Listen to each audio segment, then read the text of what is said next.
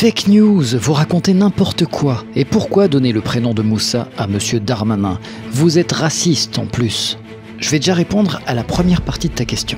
Ici, on a un article du Point publié le 2 novembre et la plupart des médias ont repris ces informations. Ça parle bien de ces murs tagués d'une étoile bleue de David. Je cite l'article là. Le parquet a précisé ne pas savoir si ces tags ont pour but d'insulter le peuple juif ou d'en revendiquer l'appartenance. Donc tu vois, le mobile antisémite n'est même pas sûr. Je poursuis, notamment puisqu'il s'agit de l'étoile bleue et non jaune. À partir du moment où l'enquête dit qu'elle ne sait pas si c'est antisémite, on ne peut pas titrer que c'est antisémite. Un tag antisémite est facile à définir en théorie puisqu'il va insulter la communauté juive. Ou alors on va avoir des symboles du Troisième Reich qui étaient clairement contre la communauté juive. Ici par exemple, on a une étoile de David sur une synagogue, ça ne veut pas dire que la synagogue est antisémite. On retrouve également l'étoile bleue de David sur le drapeau israélien.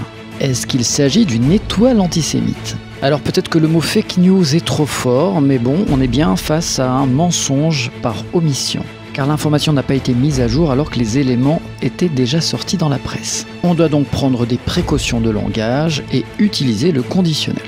Enfin, pour répondre à la dernière partie de ta question, si j'appelle Gérald Moussa Darmanin, ça voudrait dire que je suis raciste. Je ne vois pas ce qu'il y a de raciste à utiliser le deuxième prénom d'une personne. J'utilise le deuxième prénom de Monsieur Darmanin justement pour que Monsieur se rappelle de ses origines. Car celui-ci a tendance à condamner plus vite que son ombre avant même de vérifier ses sources. Surtout que concernant les tags antisémites, les deux Moldaves avaient été arrêtés avant sa prise de parole.